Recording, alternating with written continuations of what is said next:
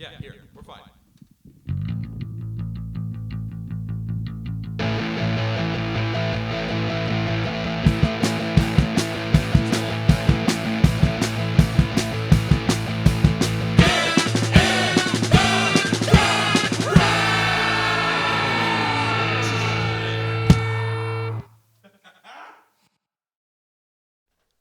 Hello, everyone. Welcome to Get in the Garage. Get in the garage. Get Nope. in the garage. I can't do it. Welcome. One more time. Yeah, okay. Hello, everyone. Welcome to Get in the Garage. Get in the garage. Get in the garage. Ja. A music Ja. podcast. For music lovers. Lavas. Welcome. Welcome. I am Mike, here with me, the illustrious Luke. Yep, I'm Luke. The illustrious Jeffrey. G. Clef Jeff, as we call him. Whoa. You like that, huh? Can I be an industrious? Industrious. You are industrious. You are industrious. Like an ant. Like, aren't we all just worker ants? I think of myself Hard more worker. of like a hydroelectric dam, really. Hydroelectric. Damn. Welcome. Today, we have a very special episode. This month was Women's History Month, It was. the month of March. And we thought we would do a special on women's history and music. We've done one before. Episode was called Women Rock, I believe. But that was like quarantine era. It was over, the phones. Back in the quarantine era. Yeah. So less than good quality. I feel like All of our podcasts are excellent quality. Yes. No, they are. once again, this isn't the content you want. It's the content you deserve. Yeah, exactly. Yeah. You get what you don't pay for. If you listen to the Anchor ad, that helps us out. Oh, it does. We've Please. made $10 in 2 years. We love Anchor. You can We make do. your podcast money with no minimal listenership. Yeah, well. I bought this kombucha using that $10. Well, you blew half our budget. What's the matter with you? I didn't run it by the committee. I'm sorry. We vote on these things. But we're here to talk about women in music. Yes. I think we're not going to just generally talk about rock, but we're probably, me and Mike are probably going to lean more to that side. But, Yes. we'll see how things shake out. We got a lot of genres, a lot of people Yeah. to talk about. Lots and lots and lots. I'd like to shout out our friend Yoko Ono sitting in the corner. If you enjoyed the Beatles Get Back documentary, this should be a lot like that.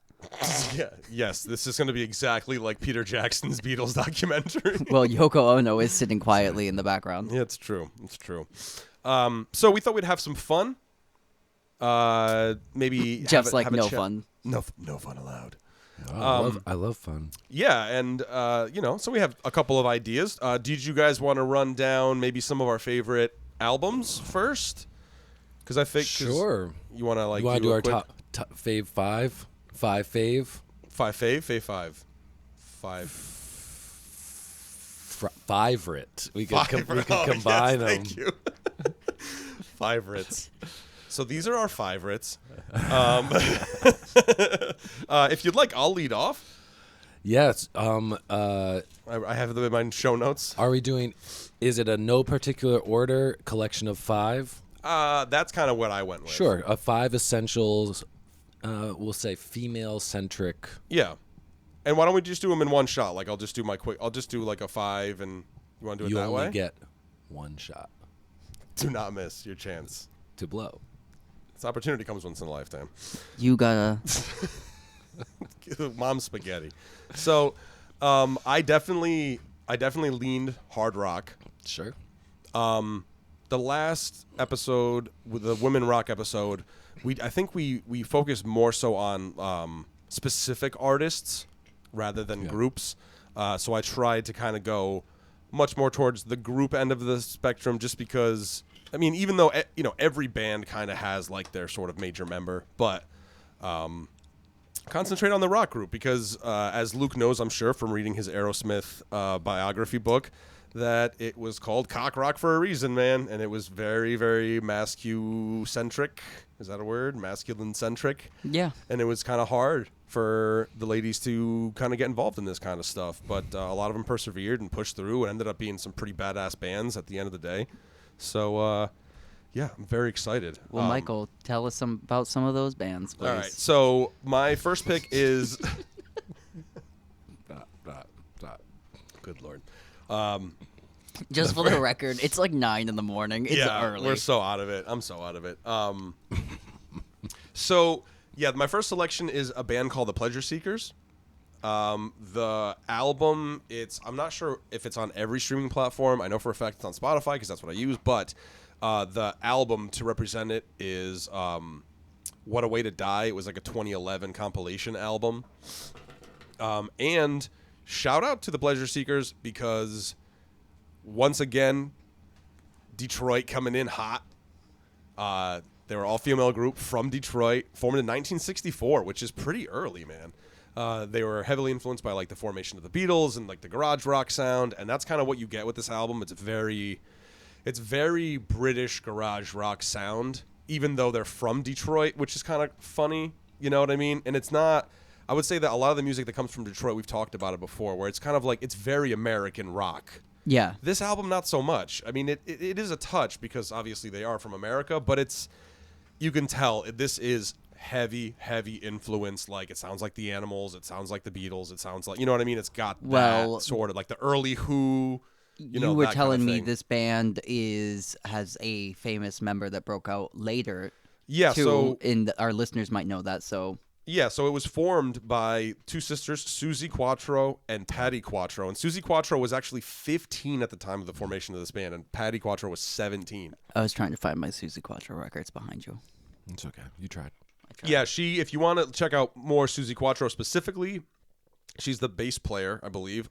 She had an album in 1973 called, it's self-titled, but the single on that is Can the Can. Yeah. That's the Susie Quattro jam.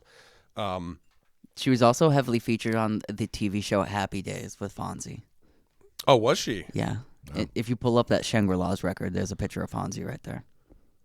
Which one? Right behind that Shangri-La's record. Nope, down. That's the Ronettes. Yep. Have some fucking respect.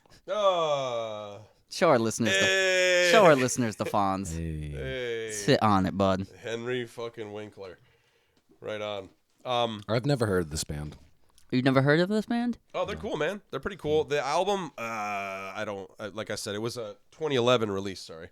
But the album cover is kind of like the four of them standing there. I don't know if you want to, but it definitely looks very like 1960s-esque. It's like pink and green and black, but it's very classy, and the four of them are just kind of like standing there. And there's like a list of songs on the side. It's like reminiscent of like wait, that what color 60s. is the cover? It's pink. Pink. Thank you. You're welcome. Can we either turn me up one notch or turn everybody down one notch? Yeah. Thanks, man. You're welcome. So cool. I'll have to check this out. The Pleasure Seekers. I'm familiar with Susie Quattro. Yeah. Yeah. Cool. Yeah. So going into the album, just like a couple of song highlights. There's a song called "Gotta Get Away." That's a great tune. Gotta get away. Great organ work on there, and then.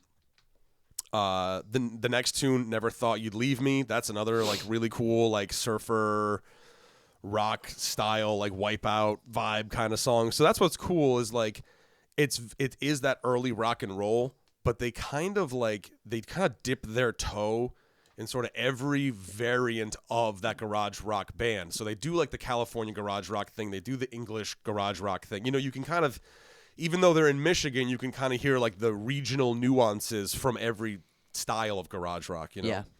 Detroit, pretty man. Cool. Great bands. Yeah. Motown, and then you have all the hard rock. It's a great mixture of influences, and, you know, I like the how the girls were kind of more influenced by the British invasion garage rock kind of thing. That's man. There's like even like a song like Locked in Your Love. I'll play it for you guys in your headphones real quick, but it's pretty cool because it has very much of this sort of like, this isn't. Yeah, it's got like a Motown and garage. Yeah, right. So you hear all those influences you hear all the influences in the music, and it's really cool. I really enjoyed it. And if you enjoyed this as well, they went on to, I think, with a different member crew lineup. They morphed into a band called Cradle. Definitely worth listening to. It's similar in this sort of vein, but it's more focused and excuse me, it's a lot heavier too. It's a lot more sort of it's a little grittier, it's a little heavier, it's a little almost like proto medleyer. You know what I mean? It's kind of like they threw a little Blue Cheer into the mix. So pretty cool, pretty cool. Right on, Michael. Pretty cool. Thank you pretty cool. Thank you for the pleasure seekers. You're welcome. Let's just go. It's been a pleasure. Let's just go around. Fuck it. All right. Do you want me to go next? Yeah, go ahead. Oh, okay. Why not? I'll pick. I have an album. Doing things on the fly. So my album it's a real classic. It's this artist's debut album. We're gonna go back to February 28th, 1995, with Jewel's "Pieces of You." Yeah. Jeff suggested we pick the most female-centric records we could think of, and for me, I can't think of any more female-centric record than this record. My mom, and my sister played a bunch when I was a kid.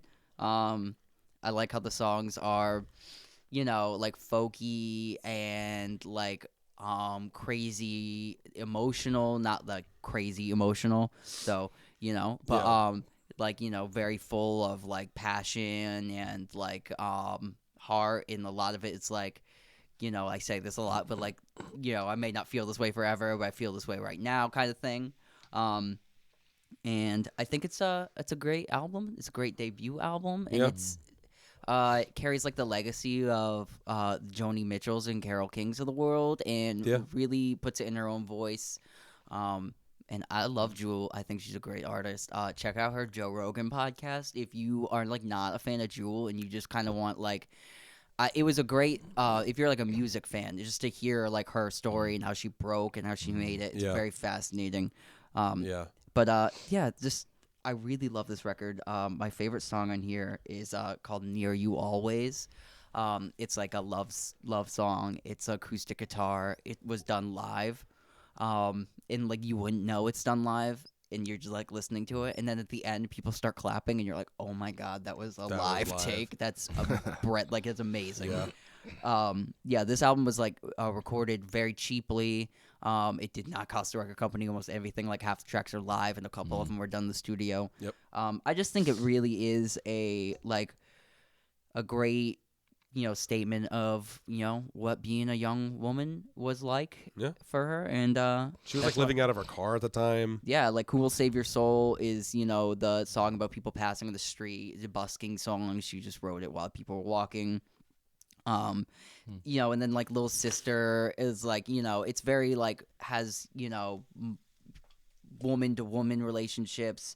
You Were Meant for Me also having You Were Meant for Me is it's so heartbreaking. It's got all the great lines I got my maple syrup, got my pancakes too, everything but you, the towels on the floor lyric.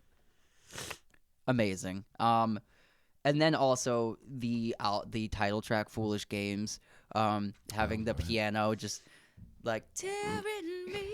It's so epic. It's so emotional. It's if you ever want a good cry breakup-y song, "Foolish Games" is so good in your car. Play it loud. It's this album is great, and it's very much I think of womanness when I hear it. So Sure. Strong, powerful. Jewel. My first pick is also from the 90s, from 1998, and that's The Miseducation of Lauryn Hill. Right on. Which famously became the first hip-hop-centric album to win the Grammy for Album of the Year and Record of the Year and Best New Artist and blah, blah, blah, blah. I remember her having hit songs off of this album. So I was 10 years old and watching the videos and being really into this album. And this was a very early purchase for me when I was buying my whole CD collection. So I was probably 14, and I became obsessed with this record. It's a true concept album. So it has kind of these interludes, these, I wouldn't say skits in the they aren't supposed to be funny throwaway things, but these little things that connect all the songs thematically.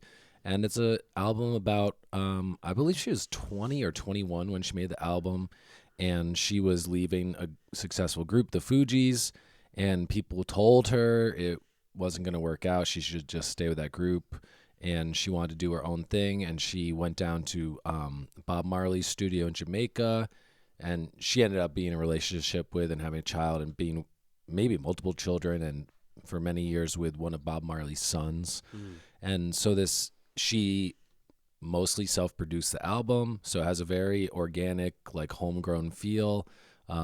Things are very lush and layered, and it sounds like an album from the mid 70s, early 70s. You know, we think of those like What's Going On and those type of classic soul albums. Excellent singer, excellent rapper. Yeah. It's like female songs in the key of life in the 90s. That's always how I kind of when Yeah. I like listen to it. Yeah. Like, because I think we talked about this album a couple months ago. Yeah, I always talk about this album. Yeah, that's like great. I mean, it's a great record, so Yeah. why not? And this is not this album specifically. However, just speaking about Lauryn Hill broadly, like the Fugees was that album. I mean, Luke talks about it all the time, where he's just like, this may have been like one of the only the second yeah, album. the score. You know, like this was a CD that my family probably owned. That was like one of the only black artists. Like this, like the Fugees. That the score was one of those albums. Like my mom was like a big Sade head, as well. Yeah. I don't know where she's from though. Is she from France? Sade? Yeah. I thought she was British, but I don't, Oh, maybe she I is don't British. remember. Yeah. But yeah, like my mom was She's really from into. heaven. She's from heaven, man. She's a smooth operator, you might say. You know, so some heavy rotation of like female artists, like always in my mom's car, you know, and Lauryn Hill was one of them, man. And this was another album that is just like an extension of like all the stuff you love that Lauryn Hill does on the Fuji stuff. It's just that for a whole record, and it's so good. It's so good, and like you said, the recording quality is beautiful, and it's like one of these like masterful works, you know. And the Fugees are good, but this album is straight up like Way better. one of my 10 favorite albums of all time. Like this album is, I like this album probably more than What's Going On, and probably more than Songs in the Key of Life. Yeah. Like their place in history may be different, but for me personally, this album is incredible. It's unmatched, it's untouched. I could just list songs after song after song, but particularly I love the song To Zion, which is kind of like a not marching, but like an old spiritual in the way of like a crowd is moving to a place, and that's what the song is about, getting to a better place. But the song is also about motherhood, and her first child that she was pregnant at the time of making this album was named Zion. I'm about to sneeze really hard. God bless your soul. Oh, thank you. God bless America. But the big hits, Doo-Wop, That Thing, Everything is Everything, and yeah, I mean this album. And you gotta listen. Just sit and listen to the whole thing. It's like an hour and 10 minutes long, and it's, and it's like Luke said, and like you said, like when I think of women albums, this is automatically the first one that comes to my mind, because it's all the themes are things that, like, honestly, I will never experience 95% of anything she sings about on this whole album. Yeah, because I won't have that experience and perspective. Right. So it is just like good books, just like good movies and music and art, and like it opens your mind to something that you won't actually go through yourself. So. Right. Yeah, especially great as choice. a black woman. Like, yeah. Yeah. Great choice. All right. Well, to continue with my sort of rock band theme. Tell us about that, Michael. My next pick from 1970. It's a band called Fanny. They were an all-girl rock group, and that record's behind you. Is it? Oh yes. This is not the album that I chose. I just chose the debut album. But yes, this is another Fanny album. Mother's Pride. I think this one was produced by Todd Rundgren. I thought that was a Bootsy Collins record. I know Todd Rundgren produced one of their albums. I thought it was this one, but if not, I'll find that out. I may be mistaken. But yeah, just a cool band. You know, like it's like foot stomping, sort of feel good rock and roll. It's like the Use your eyes, you It's like the bum. first thing. It's like produced by Todd Rundgren. They are. Oh, they I are- just didn't they find are it. First liner note. Tiny letters. This is what they look like. Yeah, listen, my eyes are not as great. Read for as they used to yourself. be. Read it for yourself. Pause it on that shot. So yeah, they were kind of made.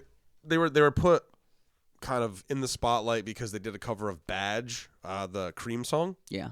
That got them a lot of radio play, and it's The a good. Cream song written by. Did George Harrison help write that song? I believe. Was it George Harrison? I'm pretty sure. I'll look that up for you while you continue talking. Yeah, check that out. So yeah, it's a good it's a good album. It's a little bit like they're to a certain extent they're considered sort of like hard rock. This first album, I wouldn't necessarily consider it hard rock. It's much more like feel good, strummy, kind of almost Stones-esque, like strummy kind of rock and roll. Yeah. But yeah, the hard hitter on this record is the last song called Seven Roads. But It almost sounds like Carole King with a backbeat, yeah, right? yeah, and they're noted as being like a really big influencers behind like the Runaways and the Bangles and like what's the other band that's not the Bangles that we always think is the Bangles? The Go-Go's. The Go-Go's. Is this a Bangles song? Or I was trying to think about like doing one of those for Bangles this or We episode. should have had a segment in this episode where Yeah. we just play clips, Bengals or Go-Go's, as we look like idiots and Yeah. completely disgrace. The Bangles and the Go-Go's. Yeah.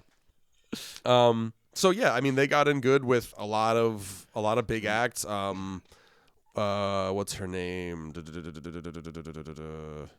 Barclay. I forget her first name. Nikki Barclay. Yeah, thank you. She sang as backup for Joe Cocker's Mad Dogs and Englishmen. Like they opened for like Slade, Jethro Tull, Humble Pie. Slade? Slade. Those Yeah. records Now are you've made definitely it. behind you. Yeah. Um, Oh, I know. There's a lot of Slade. Did Right? It's you- not, he just keeps those in the Argent records right next to each Oh. other because there's just so in, many. in a padlocked case. Listen, guys. I'm gonna wait for like one. If there was an English dude here, he'd be like, "Slade is great." Listen, Yeah. the day No, that you have to say it right. Slade is great, the man. day that Rod Argent die is the day I become a rich man. Sell those records. There's gonna be Slade. there's always Listen. money in that banana stand. Listen, there's only so many Zombies albums, and you wanted to true. hear if there was something true. else. Yeah. That's true. There's not.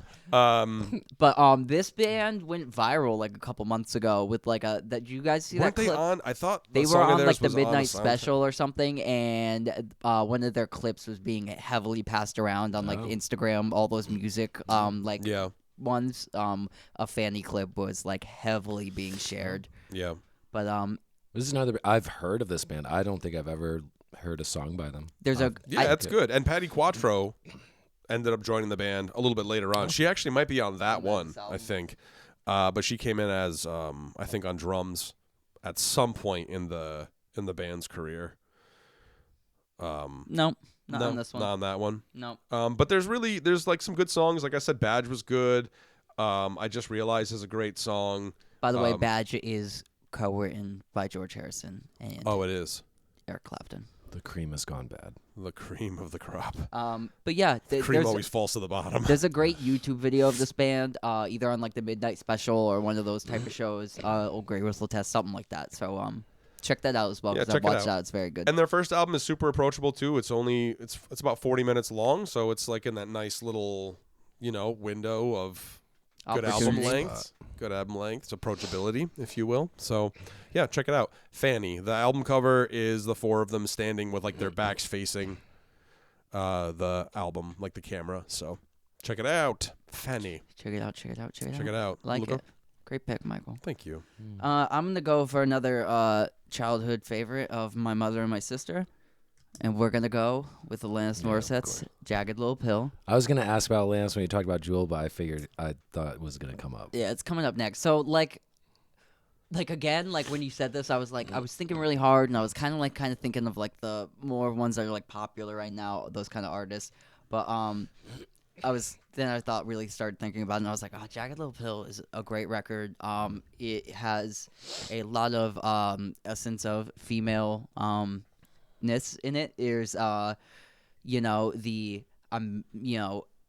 like that it's like pissed off female sometimes, and then sometimes it's super sweet, like it holds like both things, which like I think a lot of female artists weren't able to have multi-dimensional songwriting, especially in like one album, because it's usually like I love you or I don't love you, or it's kind of like, you know what I mean, in the pop space. But this album really broke through with like some more aggressive songs. I really like the album opener, All I Really Want. Like, it's just, I like that the guitars on here are like kind of bluesier and more aggressive, and they weren't afraid to do that. The drumming on this record is, pretty heavy at that. And I think it's got great songwriting on it. You Learn is one of my favorite songs. I think that's my favorite song on the record. Oh, yeah.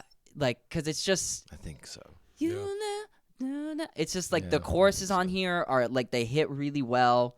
And there's like so many phrases on this album that became like just iconic, and I think it speaks to how like great the songwriting is. One Hand in My Pocket, the phrases from that song, like the other one's giving a high five, smoking a cigarette, ironic, giving a peace sign. Yeah, ironic. Ironic was every teenage girl's yearbook quote in 1996 probably. Like lyrics from that from that song.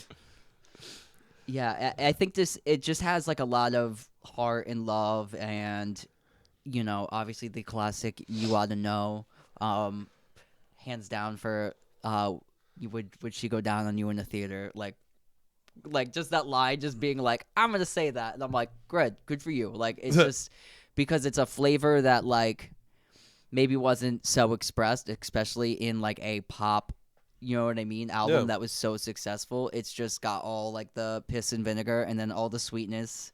We played that song last night, and women who weren't even born when this album came out were fucking.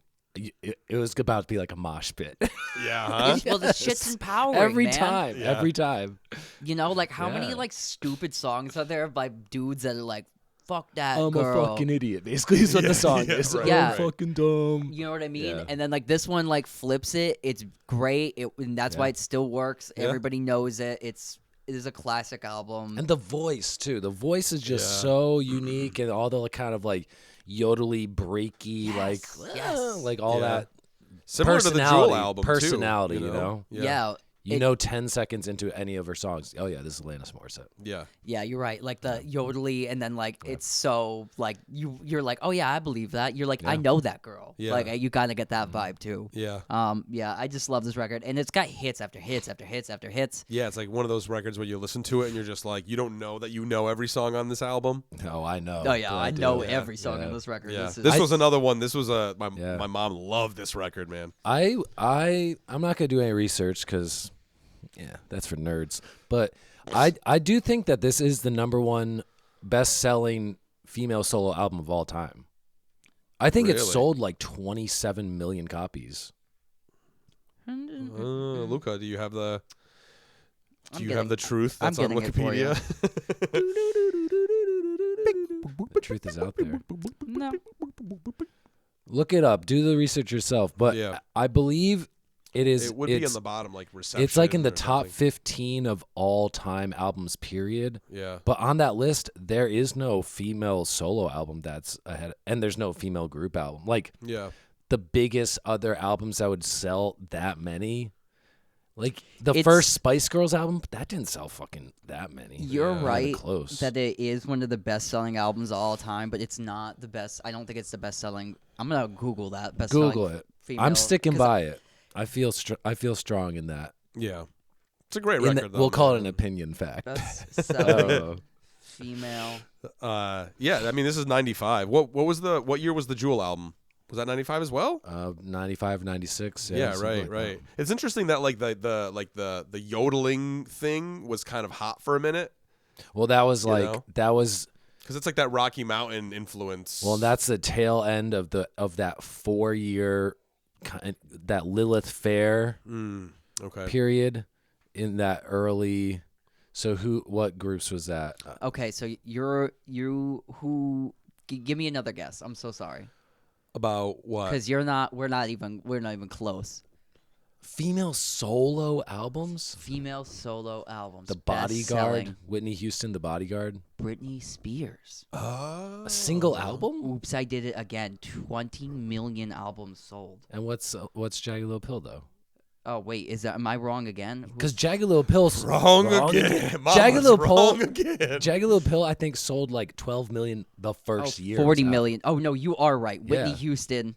The The Bodyguard is the best selling. Which technically is not a Whitney Houston album because second one though, because this is Sure. this is the one I was gonna throw out, but I didn't say Shania Twain. come on over. Yeah, okay. Yeah. That's the second. Man. And the third Third, okay. is Alanis Morissette's Fact Jagged Little Pill. opinion. It's the third. That's pretty good though. It should be the first. It should be the first. Yeah. That's Come on over is crazy. really good though. Yeah. That was my mom's. Oh yeah, Come my on mom. over. Are you kidding me? Dude, my nana used to clean house to that. That's the man. She breaks out the Swiffer. She's dancing like going Mrs. out Doubtfire. tonight. She's just with the vacuum cleaner. Dipping it down and picking it back up. So you're Brad Pitt. Yeah. Okay. So you Okay. drive a car. Yeah. That don't impress me much. Yeah. Damn. Yeah, this Shout out little- Shania Twain. Yeah, but Jagged Little Pill. Yeah. It's a great, Great album. Great album. Great album. Right on. So Jeffrey. My second choice is we're gonna keep it very contemporary, and another album I've probably spoken about multiple times on this podcast, but it's from 2020, and it's "Fetch the Bolt Cutters" by Fiona Apple, which is her fifth album, I want to say. She's an artist who is like in my lifetime, she's my favorite female artist. She makes music like it was like a 3-year break between albums, then like a 5-year break, then a 7-year break, and then like a 12-year break. Yeah. Or like 9-year break. This album is awesome. She recorded it mostly in her home, like by herself, like not really understanding the recording software she was using, and so it has all these glitches and mistakes like left in on purpose. She's a piano player first and foremost after vocals, so there's a lot of piano on this. There's a lot of like found percussion, so like she's like clicking spoons and plates and like I like dinging on glasses. And I like on Fetch the Bolt Cutters when she uses the cats and Yeah. dogs barking Yep. and meowing Yep. to do rhythm. It's like Yeah. "Boop, meow, boop, Yeah. meow, boop, meow." She's like drags chairs as like snare drum Yeah, like some of brushes them are like, and stuff. Yeah. It's like a very guttural, primal, like unadorned. I mean, I say unadorned, but then you listen to this album and you're like, there's 500 layers of things on it. It's just that everything is just kind of like these, like surrounded of sounds. Yeah. And it's like her as like in her early 40s, mid 40s. So her voice has always been this kind of Alanis style of a lot of personality, a lot of break, a lot of like beauty in the like frailty, and a lot of power, like a lot of kind of on the verge of yelling type of singing. But she's an awesome vocalist, and I had been waiting many, many years for this album. It was 8 years between albums, and it came out, and it was like, hugely critically acclaimed and awards and blah blah blah blah. Yeah. And it was the first album. It came out in like April of the pandemic era, so really when this came out, it like we were all trapped in our houses for that month already. And I heard this album and I was like, yeah, this is the sound of someone trying to get out all of their feelings and thoughts and like fighting their demons and like getting it all on record while in their house, like kind of bouncing off the walls. So it was a great album for that time, and it's gonna stick out. That's my favorite part about this record. Like you said, it sounds like someone's house. So like you get like to almost personally feel like what their house sounds and feels like, and what is going on in their house, like like audio wise, which is like something that we don't get on a lot of records because they're recorded in the studios. So it brings like a whole very personal statement to it that like you're right, and it like adds that whole other level of like this. You get to hear the home it was recorded in, because it does. Every recording sounds like like has its own The soundscape. space, Yeah, right. to it. Yeah. Beautiful. And why this is so high on my women centric albums is like really if I'm gonna pick a Fiona Apple record, it's her second album when the pawn blah blah blah blah dot dot dot. It's a long. don't even look it up. It's a whole It's a poem. long It's thing. not. It's 900 words for the title. But this is the album that's the most female empowerment. She's an artist who like has been very open since the start of her career. She was sexually assaulted when she was a preteen, and she's always been working out her trauma and her perspective and all that through her music. And Fetch the Bolt Cutters is like a defiant statement. It's a middle finger to the world about how we need to listen to women and respect women. Mm-hmm. And there's songs about emotional abuse. There's songs about desire and need and being ignored. There's songs that are about how women have been treated. There's I can't offhand think of the title of the song, but there's a song that like one of the verses is like from the perspective of like a farmer's wife in the 1800s whose life is, get up, do work at this house, and then like before I fall asleep, the guy that forcibly married me rapes me. And it's like, and then it flash forwards on the next verse to like modern day women's experience. It's like a chilling and eye opening, doesn't begin to describe what this album is like. If you listen to this album, there's songs about like women lifting each other up or like women jealousy, like how people, girls fight over a guy and like, fuck this guy, he's not even worth fighting. Why are we fighting over this guy? Type of songs. I'm gonna listen to this album today. I listen to this album often because it's it's like reading a history book about a different life experience. And and it's my favorite. It's not my favorite, but is the most visceral. Yeah. Nice. Great choice. Because my 5 albums, full disclosure, my 5 albums might have been just the 5 Fiona Apple albums. Because like I'm obsessed with Fiona Apple. I love her music. So, Fetch the Bolt Cutters is right on. Yeah. My next selection is from 1980. It is a band. Lita Ford. No.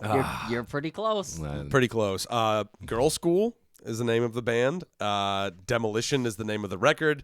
They're a band. So this album is very, very reminiscent of the first Metallica album, Kill 'Em All, where it's sort of like where punk meets metal.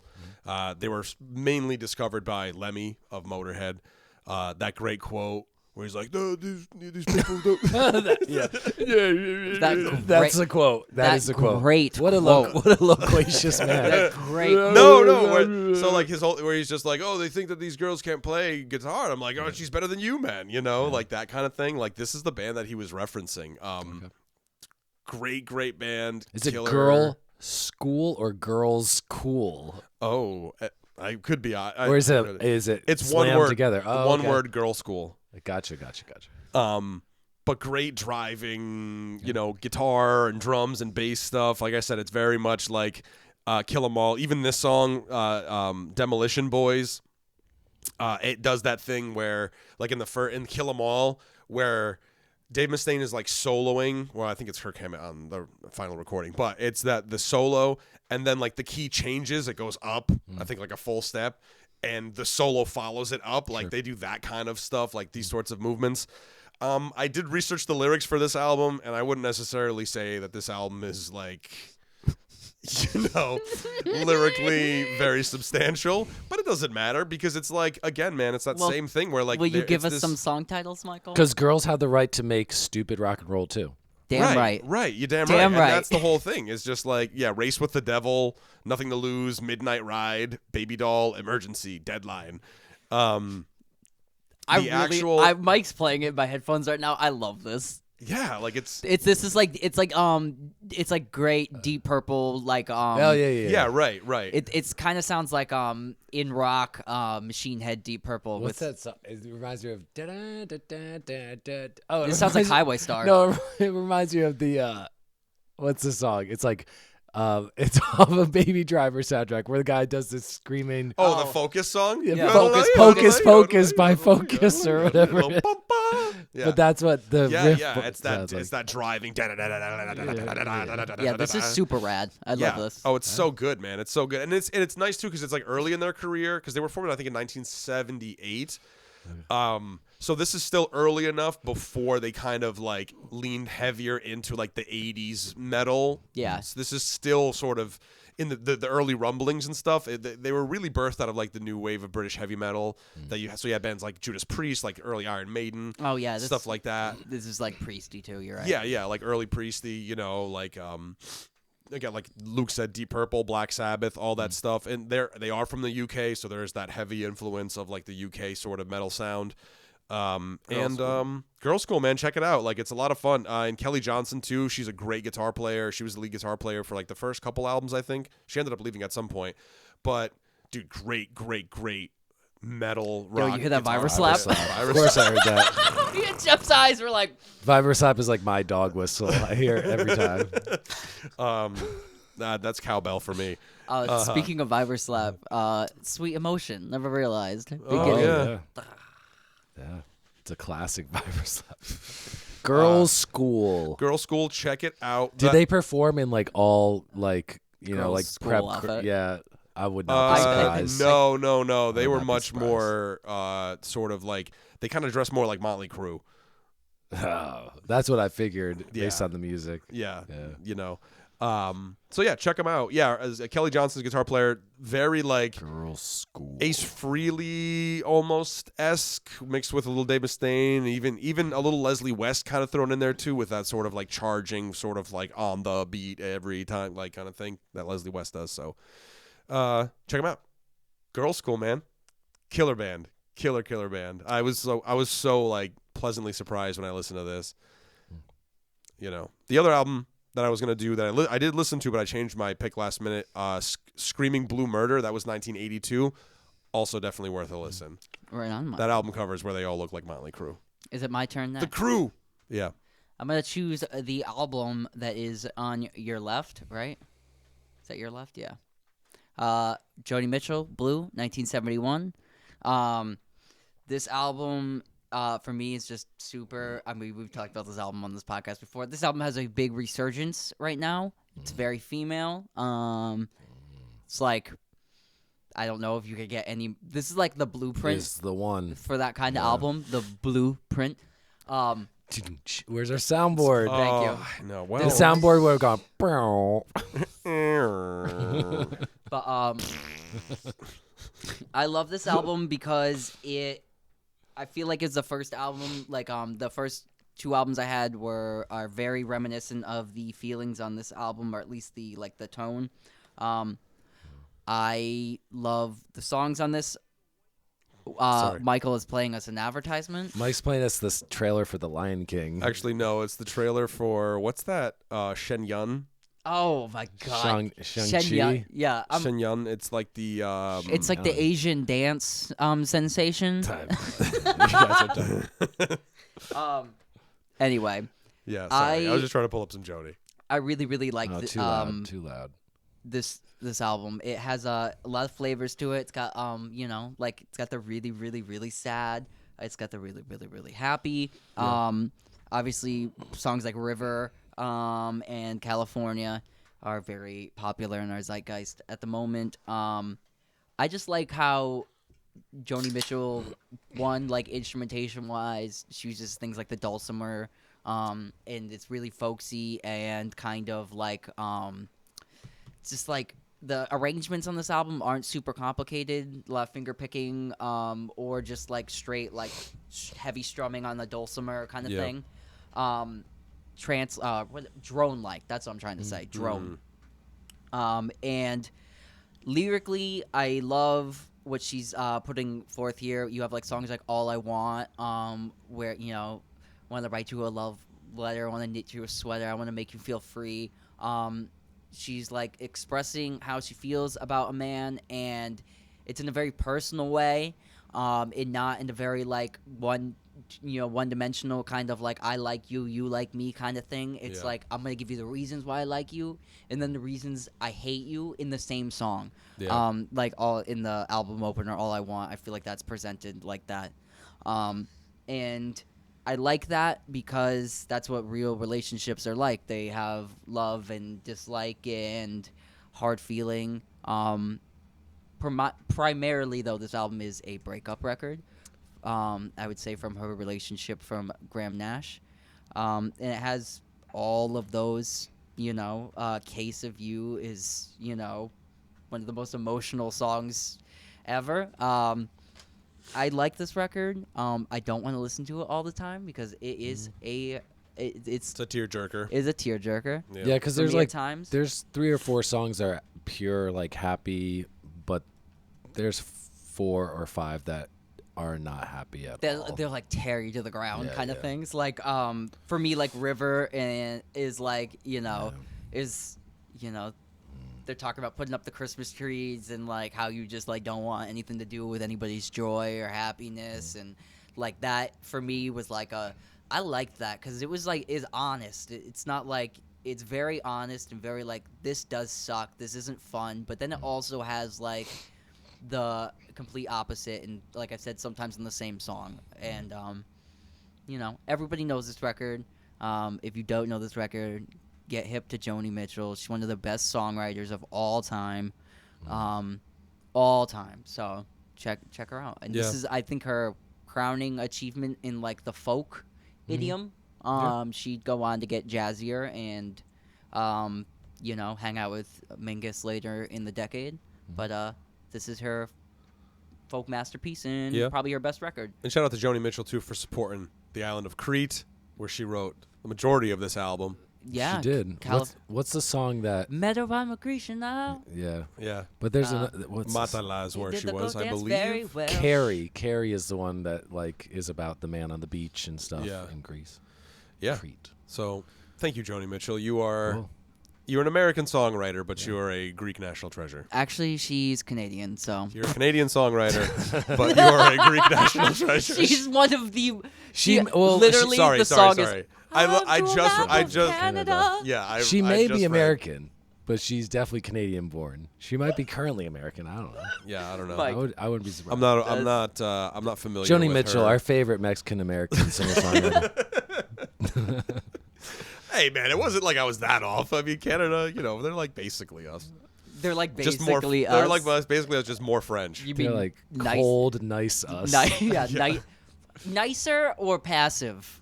Nicer. You think so? Better. I think they're... I actually don't even say nicer. Better. Yeah? I don't know. Because niceness is so surface. Anyone can be nice. They're kind right, they're people. kinder and more welcoming, I think, than... I went to Quebec once. They were not very... that's Quebec.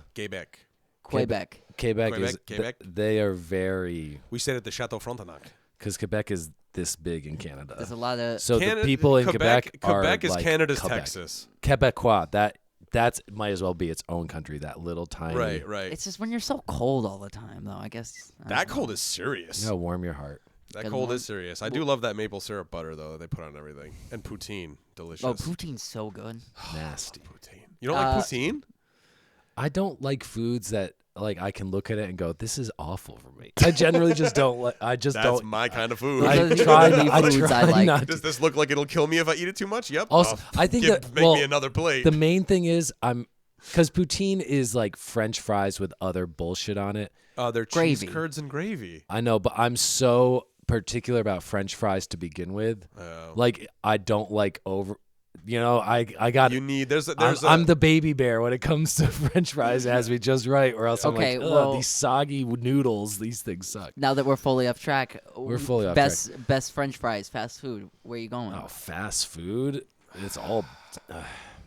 Who's got best French fries? Who's got the best French fries? It's got to be like some kind of... We the undisputed I'm going champ. to say Five Guys for like, it's not Oh, fast yeah, food, I mean- but like their fries are like Well, if we're talking delicious. in my head, when we think fast food, you have to you're pitting the three heavyweights against. We're each doing other. the $7 or less. Are we doing Wendy's, Yeah. Burger McDonald's, King. or Burger King? Burger King, hands down, best fries. When Burger King's fries are done, like right on, I prefer Burger King fries. Burger King out of the three has the highest percentage of being too cooked, so it's like it's hollow through the center, which I don't enjoy. I enjoy Yeah. that. That means those high 17-year-olds, they're letting that shit sit too long. Yeah.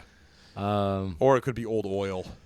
Old Oil's the killer. Old Oil, that's your blues name. No, it was Baby Tooth. The way we started passionately, Baby Tooth is definitely your blues name. The way we started passionately talking about French fries makes me think that this should be a /food podcast. Yeah, We can we'll always, have an episode. where food meets music. Yeah. Joni Mitchell, by the way, McDonald's fries By the are way. not the best fries. We'd like to apologize to the Joni Mitchell estate. For She is comparing you. from Canada. Yeah, Yeah. right. What does Canada have? What is their fast food? Tom Green. Tom Green. Well, if we want, let's get this train back on track. This is our first consensus pick. I overlap with you. This was my number 3 as well. Not much more to say other than, just put this album on. This is an album. Just do this album. Don't put it don't on in the go- car. No. The first time you sit the down. first time you listen through this whole album, because I'm sure this album is 42 minutes or something. Yeah, put it on in the morning and If drink that, coffee. I doubt he's doing that. Yeah, put it on in the morning. Put it on at the last 45 minutes you're awake Yep. on a night. And just absorb it, because then you'll see that there are half the songs you can just play on a sunny day in a car ride, or even the whole album you could honestly just play in a car ride. But the first time you really absorb it, listen to the whole thing at once. My only other thing to mention, I love the song Little Green, which the subject matter of that song is Joni Mitchell put a child up for adoption when she was living in a frozen, unheated cabin, and she was literally burning her furniture to stay warm, and she was pregnant, and she knew that it wasn't going to be the best life for this child. And the song Little Green is all about that. And I love this album. And Joni Mitchell she's an acquired taste, especially for people who are so used to the everyone sounds the same, auto-tuned, whatever type of singing that it has been prevalent the last 20 years. Her voice at times has this loopiness, and she does this female falsetto thing that some people go ugh, I don't like this. And on this album, it's pretty heavy because this is a pretty minimalistic album, but it's worth it. It's the songs and the spirit of it and the sentiment. Those are the things, because if you want to listen to Joni Mitchell singing, check out the late 70s stuff when she's her voice is a little fuller, and what she is singing and what she's writing is to showcase the fullness of her voice. This is to showcase the haunted and frailty. The and all that it stuff. it highlights the writing more. Right, yeah. Also, for all the people that are obsessed with Stevie Nicks and your Fleetwood Macs, and it's starting to be that Joni Mitchell is your next step. This is literally, I think, the next step. Yeah. It's got, I think, more I would say more in-depth songwriting. It's got a different flavor of folk, and I think it'll lead you down other pathways to other artists. But If you loved the Taylor Swift, yes. well, especially the last two that came out, it was Cardigan and Mittens. Woods or whatever 2 albums that came No, out I was last being a year. jerk. But This is the Folklore. This is Folklore. the Folklore and Cardigan. I think Cardigan was the name of it. Maybe that's a song. But anyway, those 2 records. This is the grandmother of that entire style. Yeah. So this is the bare bones, stripped down, all to tape, no studio trickery. But this is the thing that inspired those type of records. Even the band Snail Mail, I've been highlighting, the past couple months since that record came out. Same, definitely. Yeah. And put this on quiet, nothing going on in the room, loud. So loud enough so it's if she were in front of you singing. Yeah. Yeah. Which that's how I recommend to listen to everything. But Yeah. So good. yeah, So good. Yeah, so good. So my next pick is again sticking with the group and the. Let's guess. See, you're naming bands. I don't even. I'm not familiar with. You know this band. Okay, let me think. You know them. You love them. I know this band. Oh, I should have guessed. Yeah, Come on now. He's a magic man, he's Mama. a magic man. Heart. I love this part. Dude, this album is full of those moments. It's so good. Yeah. So the album released 1976 is Heart's Dreamboat Annie. Is this where they're back to back on the cover? Hell and yeah. There's like Yeah. okay. Yeah. This is their debut album, I believe. It's their first record. And it's just so good, man. It's so good. Ann Wilson singing, Nancy Wilson on guitar. Yes. Nancy Wilson on guitar. Yeah. And this is really the album that kind of put them on the map. Like I don't, from what I Can you remember put from on reading, like they the didn't. song Dreamboat Annie in our headphones? I can put the song Dreamboat Annie on. Heading down the highway. Right? I love it so much. Yeah, and it's just like it's so good, and it's very This Ann is and like Nancy Wilson like spearheading this whole thing. Again, Nancy Wilson showing it's just like, yo, man, just because I'm a woman doesn't mean I can't fucking play guitar. And I'll tell you what, man, she could run circles around. She wasn't lead guitar on this record. She wasn't lead guitar on this record? Not on any of the records. She was rhythm guitar, but a good guitarist. But a good guitar player nonetheless. The great acoustic. Yeah. Great acoustic. Yeah. Ron, but all the there's ripping Ron stuff. Fisher, Howard Lees. Yeah. Okay. All right. Yeah. So but credit where credit's due. Nancy Wilson, great guitar Sister player. songwriting team, and right. Great guitar playing. Yeah. Especially that intro. Like that's Nancy Wilson, and she's just phenomenal. Fingerpick style, guitar player too. So yeah, I just love this. I love this album. I had never really listened to it for like a long time.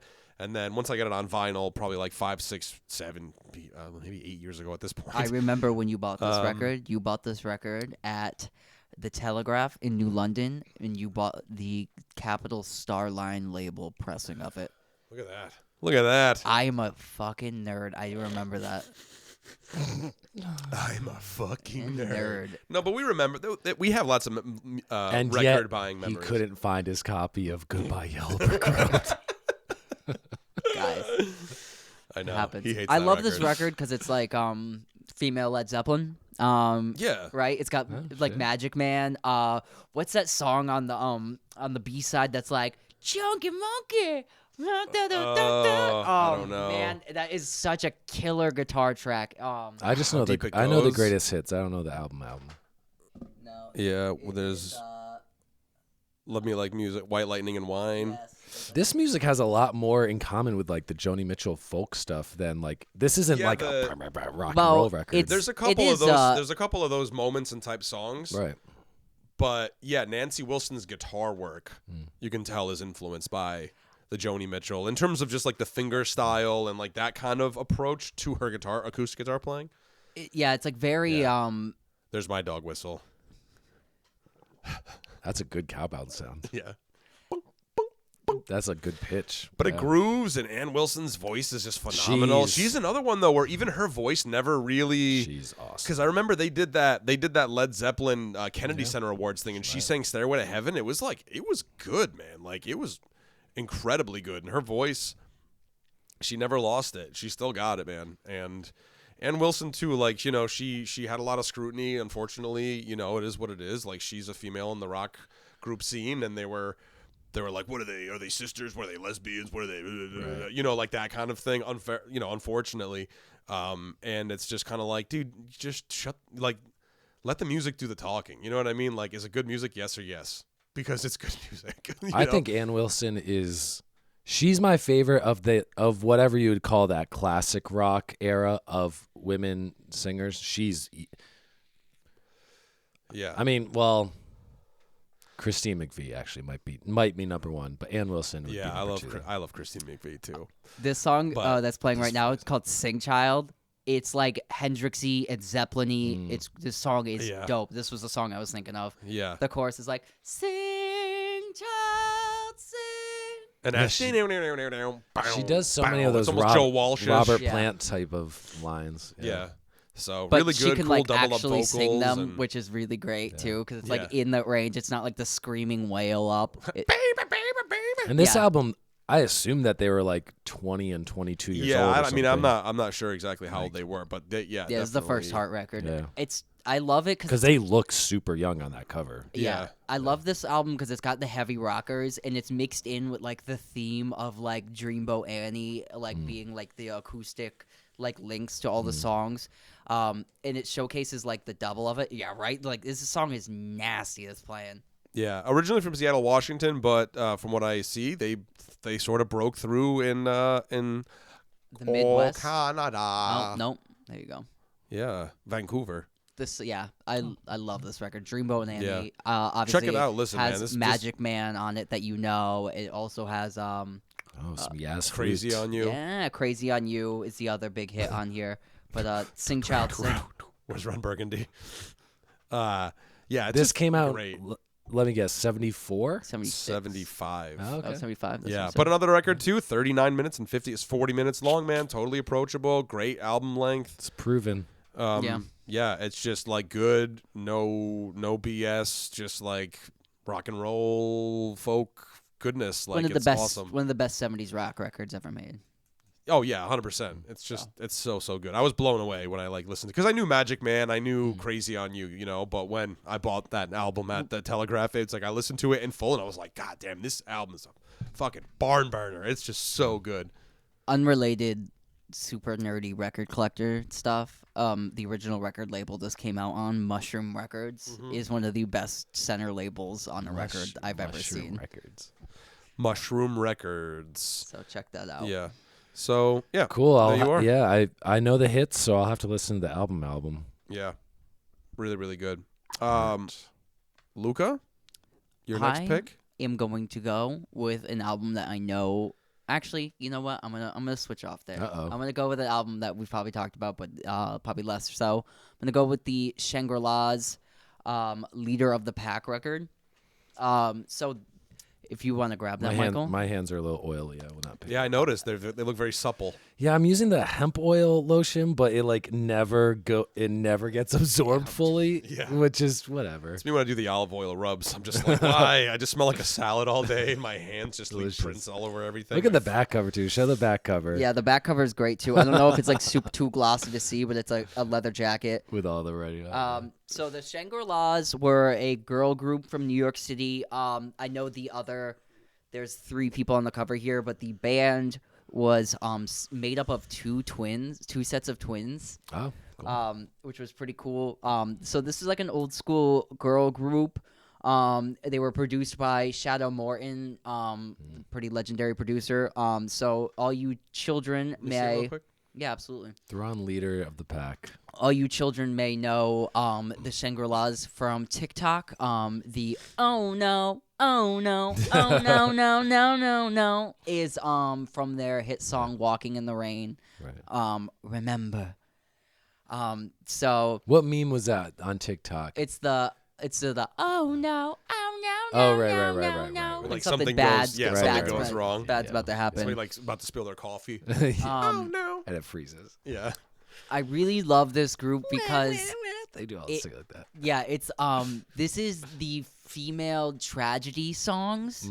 So when Jeff said Jeff was like pick like what you think is like female centric, all these are like teenage female centric songs, and so that's why I really like them. It's like that point of view that's like everything is life or death in these songs. If you don't get the boy, you're gonna die of embarrassment and sorrow, and nothing ever good is gonna happen again in your life.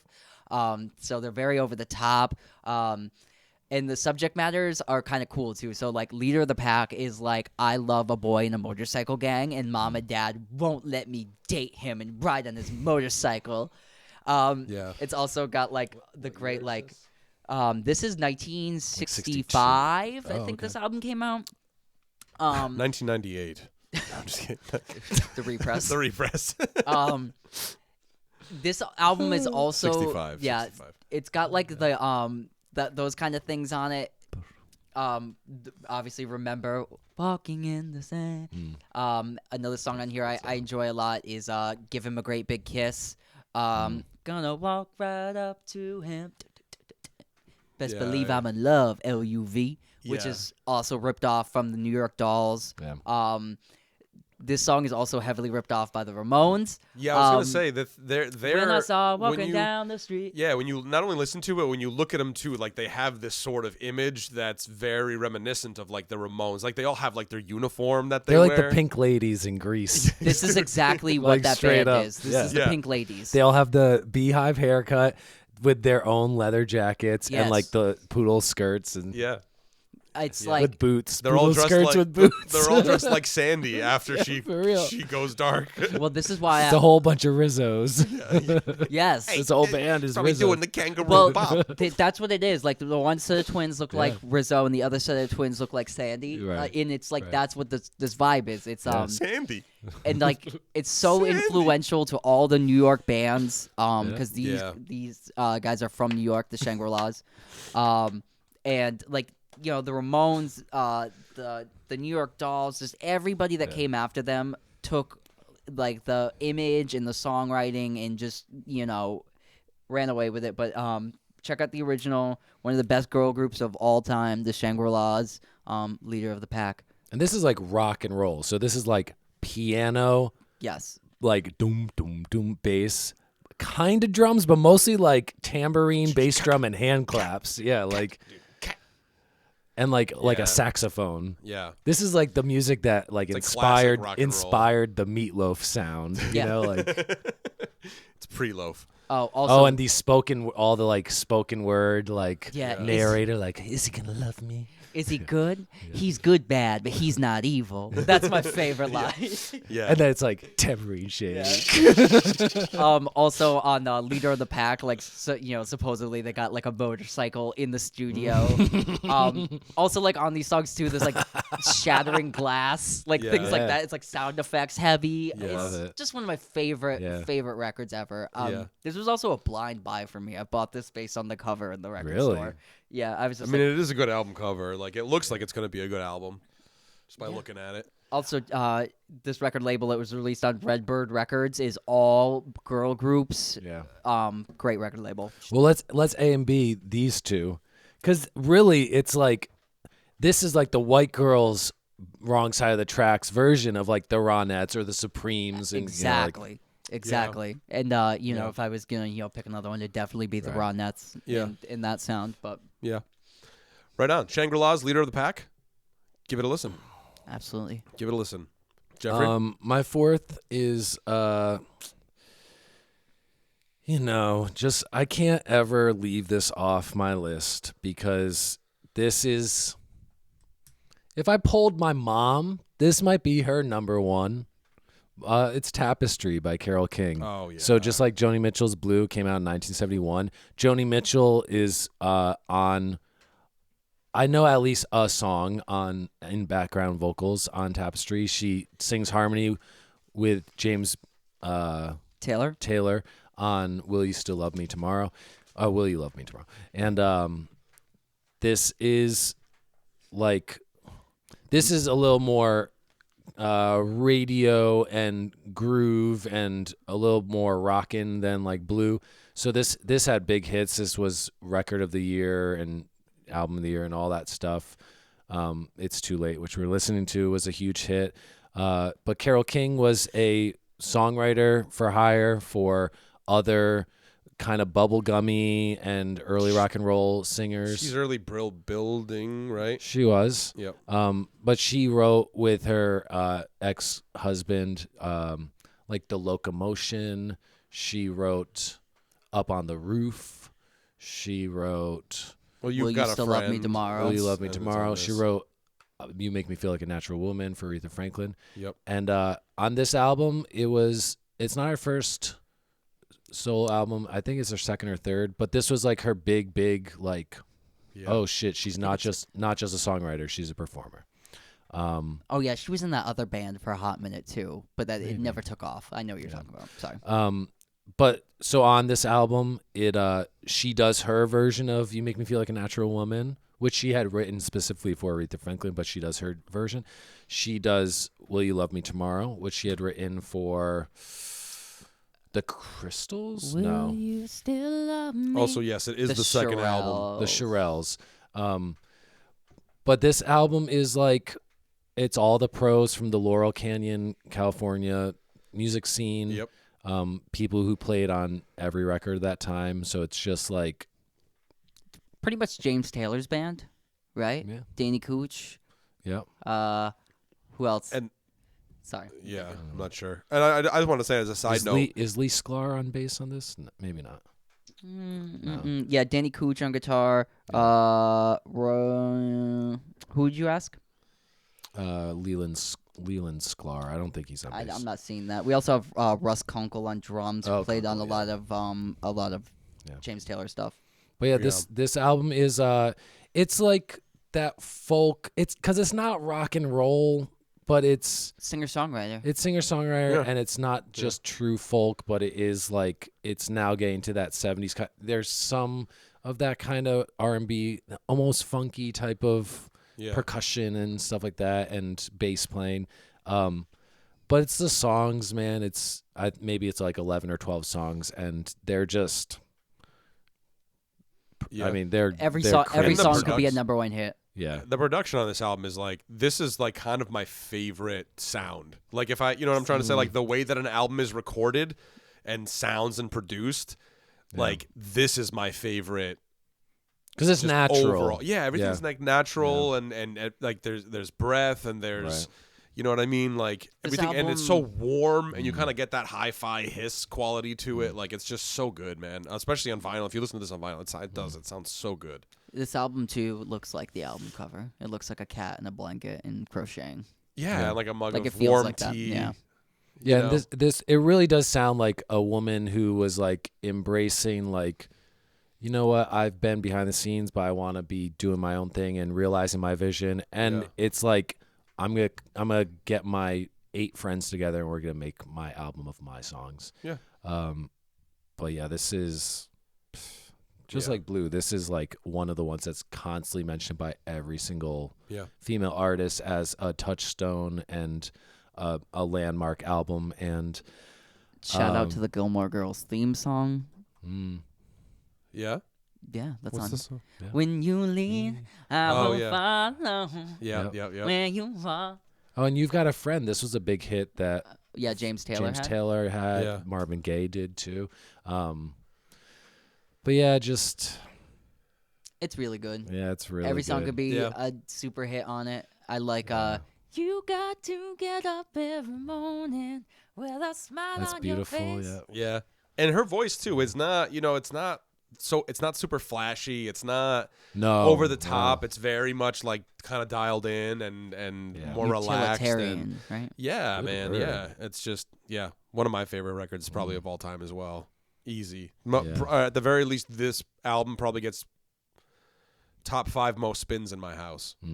Easy. Yeah, this album Right on. it's a warm cup of coffee. Yeah. All right, to round my list off, number 5, I saved it saved the best for last, I guess you could say. Oh, yes. I'm gonna go 1976 album, The Runaways, man. Yeah, You yeah, got I it. You thought this can't would be- not. You can't talk about like hard hitting rock and roll girl bands without mentioning The Runaways. Put on American Nights. That's my jam. Oh. Yeah. Well, I was just going Put on from the Walk top. Like an Egyptian. That's my jam. Oh, sorry. It's the Bengals. But this is another one too, man. I mean, you had Lita Ford and you had Joan Jett, and like they both Sherry Curry. Vocals. Cherry? You're right. It's like Cherry. It's like Cherry a hybrid. Carey? Cherry. It's Sherry Bomb is the name of the song, right? But yeah, just another bit, I mean, like, just phenomenal band, man. Great band. Influenced by some of the bands that I mentioned before and would go on to influence bands thereafter, like Girl School. Really setting the tone. Like I said, Joan Jett went on to have a very successful solo career. Likewise, same thing with Lita Ford. Kind of went in 2 different directions. Joan Jett was much more like the moodier punk rock inspired thing, where Lita Ford kind of like jumped full on into the like the 80s Epic hair metal stuff. So kind of thing. But she was a shredder, like we got, you can. I'm gonna bring up a band you guys have mocked in this podcast. The Runaways sound like the female Slade. If you were to ask me. who they were heavily influenced by. They sound a lot like Slade. They sound a lot like Suzi Quatro. They sound like a lot like the glam movement from England. T-Rex. T-Rex. It's very simple. There's not a lot of like the drums aren't like intense. It's always just like a simple backbeat, which is like really reminiscent of glam and that whole movement. Yeah. So. Yeah, and it's just such a great. Yeah, Great, it's like great this is album. like rock and roll, beer drinking, Les Pauls, like cigarettes. When bands have two lead singers too, Very- it's like yeah, it's a it puts you in a different category, man. It just Yeah. like it elevates everything you do because that two hand you have different dimensions. yeah, like Joan Jett sings the song Blackmail on this record, on the first record, which I really really like. It's one of the it's a great song. Yeah, I think because if let's say there's 10 songs on the album, I think Joan Jett probably sings like 4 of them. Yeah, maybe I think Yeah. she sings 2. I think she does. If I had them in front of me, Sure. but it's Yeah. it's great record. Harmonies and- Cherry Bomb, the big Yeah. Sherry Bomb. Did Cherie. you guys- I actually did you- think it's Cherie Curry. Oh, maybe I it's think- like Cherie. my Cherie Amour. I think you're right. Yeah. Also, this band was managed by Kim Foley, one of the rock and roll's. One of the big douches in rock and roll. Yes, one of rock and roll's like worst underbelly guys, like kind of people. So just check that out. Just a whole another story behind it. And I was thinking, did you guys watch the biopic I did not. that came out probably like 12 Dakota, years ago now? Dakota Fanning Yeah, and and Kristen Kristen Stewart. Stewart. Yeah. I didn't see that yet. I watched it when it came out. I don't really remember a lot of it. It definitely highlighted the aspect of this band that I think is one of the pioneering legacies that this band was like made up of people who were like gay. Joan Jett is I don't know if she's like super openly about it, but it was in the I think movie and so, she was yeah. like involved in writing it. The Runaways were also important in telling like queer stories and queer points of view, and whether you knew it or not, like it was a hard rock band singing, queerly. So I think that's also really cool too. Yeah. So Right on. check it out. Yeah, let's check it out. The Runaways. Luke, last pick. My last pick is the pick I was gonna pick before that pick, and it's on the shelf over here. It is Aretha Franklin's "I Have Never Loved a Man the Way That I Love You." I love you. This is her big like Yo, no good. coming out for Atlantic Records. And when again Jeff said like female centric, I know we've talked about Aretha Franklin, and I know we've talked about the song, but "Respect" is like the most female centric song I can think of. I love it. And this album is just like full of all those moments about like being a female, and Aretha Franklin lets you know about it. So Oh, I gotta grab that for you. Sorry. This album. I remember I listened to for the first time. I really listened to this album heavy. I had it on cassette, and I had my old BMW. It only had a cassette player, and. Oh, no, I'm sorry. It was the Volkswagen Passat. I have that cassette upstairs. Yeah. I'd like that back, by the way. Yeah. No, I'm just joking. And it was just like, dude, I played it so much in my car because it's just such a great album just to, like, it's like no matter what's going on, you can always just listen to this album and enjoy it front to back. Like, It doesn't matter. You know what I mean? Like, some other things you have to be in the mood for, or you're, like, trying to, like, like I said, set a mood. This one was like consistently just always great to put on regardless. Like it didn't matter. I would always this was Old Faithful. I'll just pop it in. I also had Lady Soul on cassette, so I'd put that one in too. But I love this record too because I love that thing where like her vocals, her singing is almost like breaking up on mic, but it just sounds so good. It gives it that like little extra grit when she really belts those high notes out, I like just so good. I just like the song, like the songs that were chosen for this record. If you look at her Columbia records, catalog I have a couple of those records. that came out before this album. They're mixed and they're not like you kind of listen and you don't really get who Aretha Franklin is.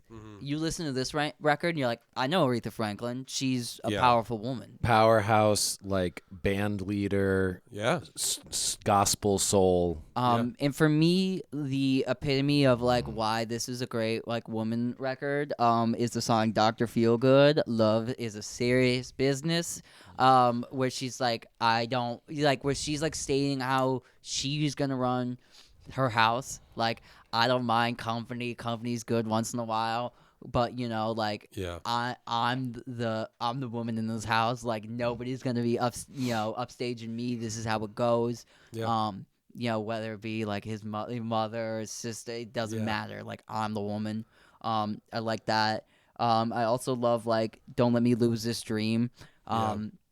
On this record, where it's like dreaming about you, or not like dreaming, but like a relationship in like that's about to slip through your hands, and she's like the chorus is like her like singing to her, like her loved one, like, don't let me lose this, like don't let us lose what we saw together. I just love that. It's one of my favorite soul songs. And every song on here is great. I know Jeff probably wants to talk about "Do Right Woman." Like, it's a song he enjoys quite a bit. Yeah. I mean, I don't even have to talk about this album. She's the one, man. Yeah. This is like she's the like. This whole album is just it's just thick emotions, and it's the vocals, man. Because the rest of the way the band sounds immaculate, and it's just perfection. This is Muscle Shoals, right?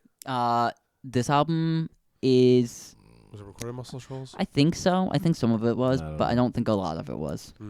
But yeah, she's the one, man. When it comes to when it comes to a singer, not just a female singer, like I got that she might be the one.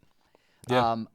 All selections were recorded at Atlantic Studios in New York, except "I Never Loved a Man" and "Do Right" were recorded in Muscle Shoals. So those two. Okay. I was right. I was like, I think some of them were, but not a lot of them. Yeah.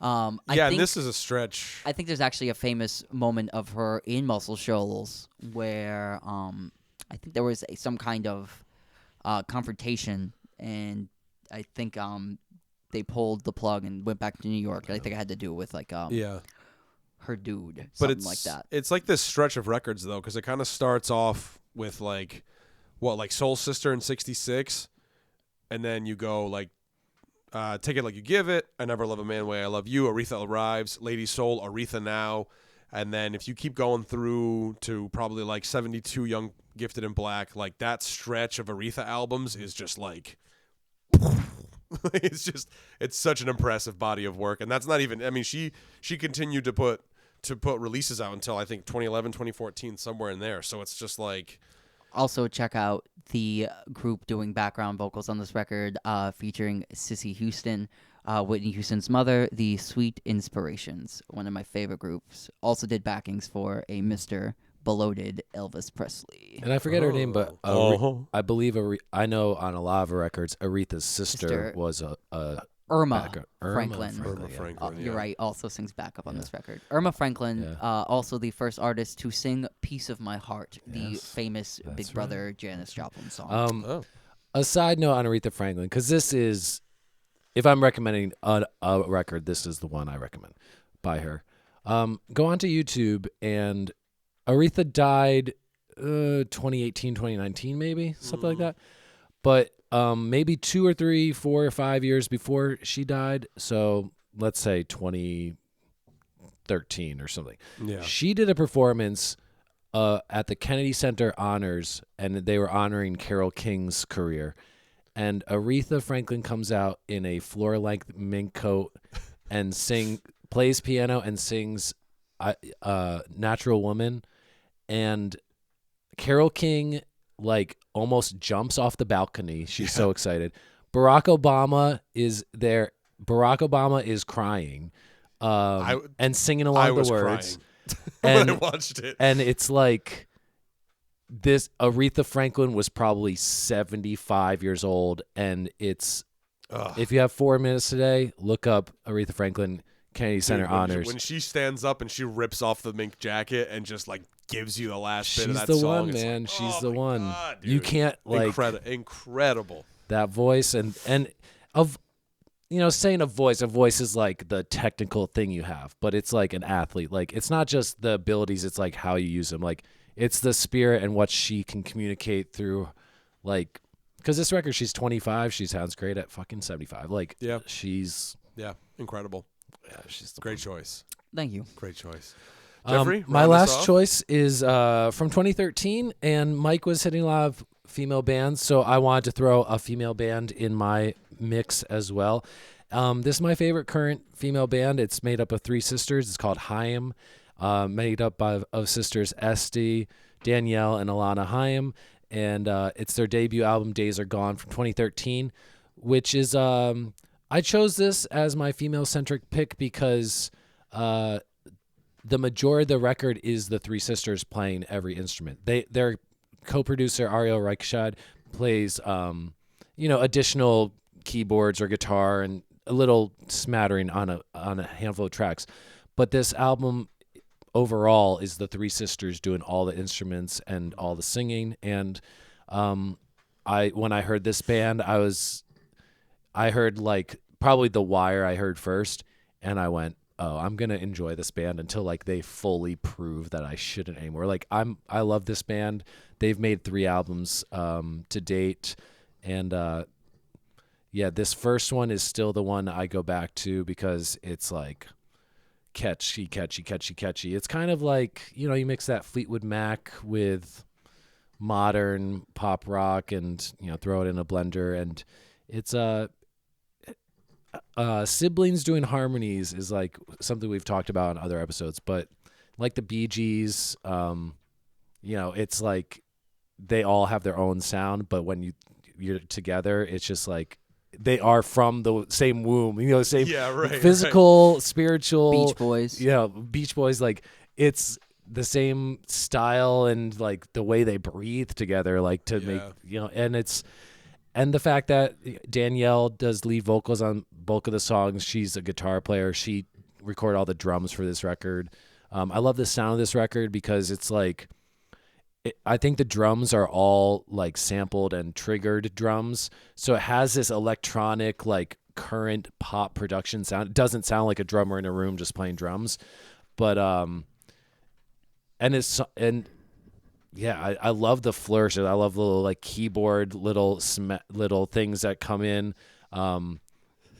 But Haim, just check them out. Like, and this debut album, like it just kicked down the door for me. And I've loved their next 2 albums.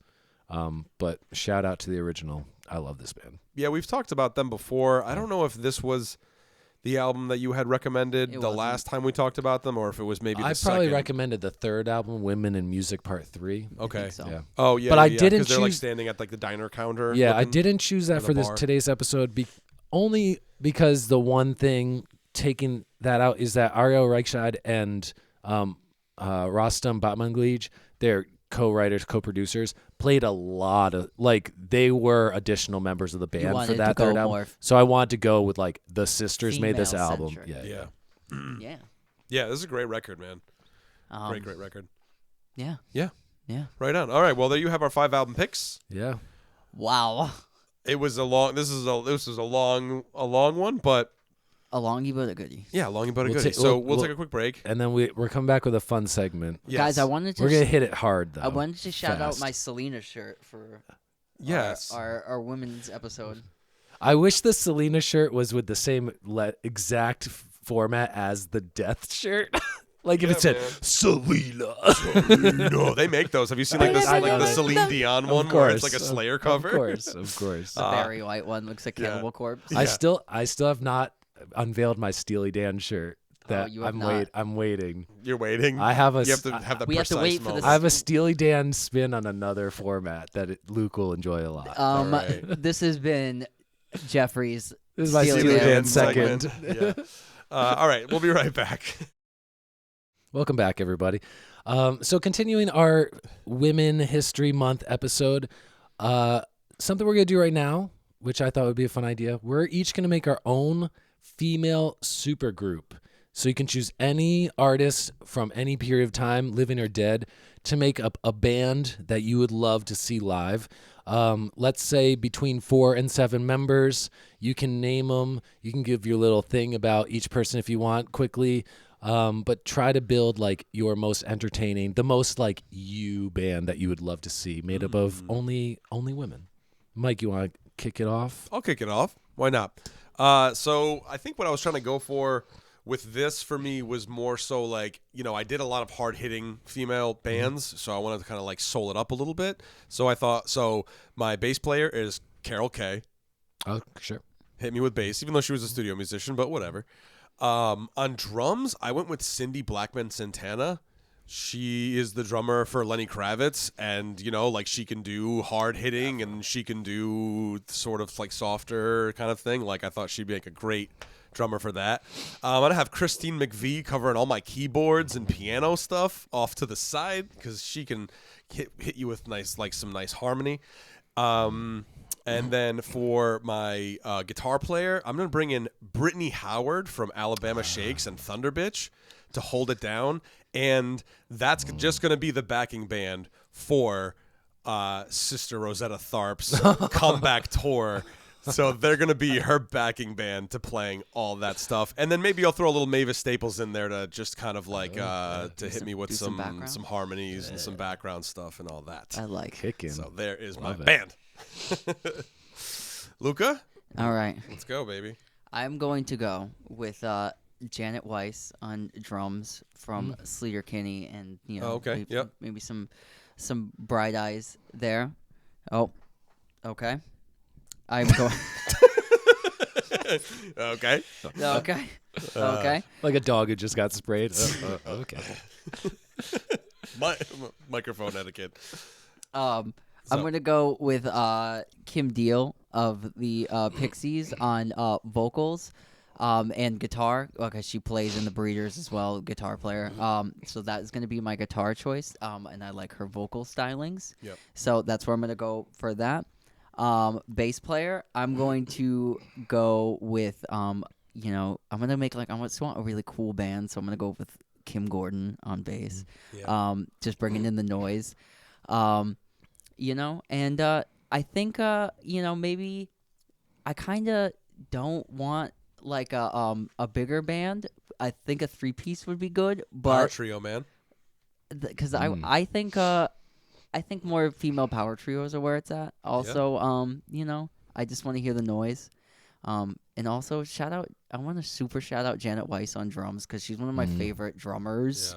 Yeah. And I think it's like she gets noted a lot, but underrated. Yeah. So. Right on, great band. Those are my picks.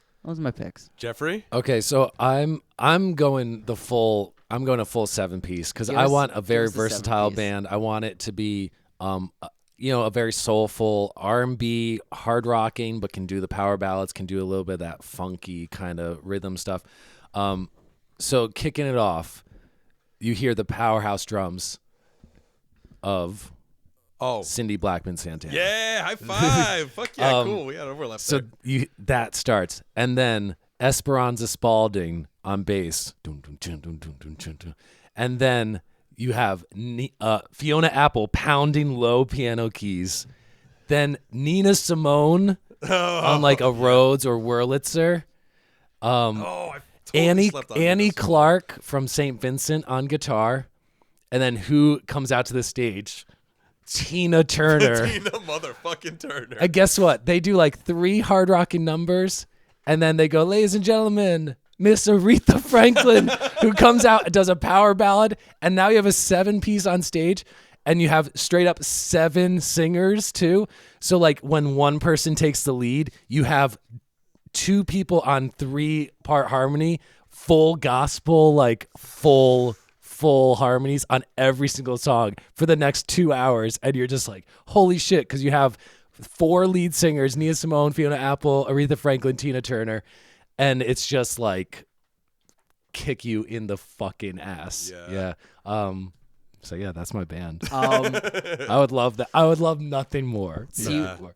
I was kind of thinking like of like these people's like kind of personalities, Yeah. and I'm like, you know what I mean? And then like because I was like thinking about like making a band with like Nina Simone, Yeah. and then I was like thinking of that, and I'm like, well, I would, but like I was like, I don't know, I can't picture her getting along with anybody, like to like be in a band to play, not, you know what I mean? Yeah. I don't know. She'd But, get like, along with my members because they're all pros. They're I don't all, know. Yeah. The amount of over singing in your Dedication. band might be like people singing over each other. No. Because that's why they all, you know, that they're from that church school of like. I think Tina Turner might get a little. Well, here's what we tell Tina. Tina, Lay off the- you sing the leads, and you know what? On the shit you're not singing leads on, featured. It's important. The show is important. Featured fucking dancer right there on the side. Hype man, like Yeah, like yeah, a yeah. like our Flava Flav, like get the crowd fucking going. Tina Turner, She the can- Flavor Flav. Flava Flav of my Just man. rock band. And Tina Turner could go out in the audience and be like just the hyping up the crowd Yeah. because I agree that's the danger. She's a you know. She can go off the rails. I like but, it. I yeah. like Yeah, it. but great bands, man. Great bands. So yeah, that's our Women History Month. Yeah. I The made- month of March. I made the cool girl band that no one's allowed in. It's like we're too cool. You mean the pretentious girl Yes, rock band? exactly. But yeah, there's many more female artists we didn't mention today, but just Google 100 greatest, most influential female artists, and you'll find a treasure of music to listen to Yeah, for sure. from the last 70 years and beyond. Look up shit from look up Billie Holiday stuff. Look at, you know, Yeah. Oh yeah. go way back in the archives because a long tradition of excellent music made by women, and it's only getting better every day. Yeah. Check out Yoko Ono's Approximate Infinite Universe. Who was that? Real quick before we finish off, who is that? Remember, didn't you show me that female? Wasn't it a female artist that played? Maybe it was like Prohibition era or something like that, and she was like singing like those really, really dirty lyrics. Oh nope, that was a dude. Oh, that was a dude. Yep. For some reason, I thought it was a woman. Cut it. No, Cut from the no. episode. It was. I apologize for my mix-up. I don't know why I thought it was. I don't know. We should end our Women's History Month episode with a man apologizing for something. It's only appropriate, Yeah, as here, we all here. should. Yes, for sure. On that note, don't forget to follow us on Instagram. It's always the bummer. The bummer, and Mike goes, oh, by the way. Make sure you follow us It's on social It's media. a trademark of our show. Like, what comment, subscribe. Can I add something? Oh. I think what we've really learned Oh, no. today Now we've gone. Here we We go. got the Mike Master General. Oh, no. you can't This is Luke's final always thought. get what you want. But when you try sometimes, you get what you need. That's right. Yeah, there you are. Get in the garage. Get in the It's a garage. music podcast. Like, comment, subscribe. Yeah, we'll see you next time. Bye-bye.